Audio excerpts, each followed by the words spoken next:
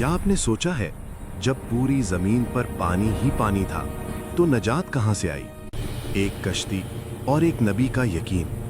یہ واقعہ ہے حضرت نوح علیہ السلام کی کشتی اور عظیم طوفان کا، اسلامی تاریخ کا وہ باب جو ایمان، صبر اور اللہ پر کامل توکل سکھاتا ہے۔ حضرت نوح نے صدیوں تک اپنی قوم کو توحید کی دعوت دی، لیکن انکار، مذاق اور ظلم بڑھتا گیا۔ اللہ کا فیصلہ قریب آ رہا تھا۔ اللہ کے حکم سے نوح نے خشکی پر کشتی بنانا شروع کی۔ قوم ہنستی رہی مگر وہی خاموش نہ تھی۔ آسمان سے بارش ٹوٹی، زمین سے چشمے پھوٹ پڑے، ہر چیز اللہ کے حکم سے بہہ گئی۔ ہر جوڑا کشتی میں سوار ہوا مگر انکار کرنے والے پیچھے رہ گئے۔ لہریں پہاڑوں جیسی تھیں، کشتی ایمان کے سہارے چل رہی تھی۔ نجات صرف اطاعت میں تھی۔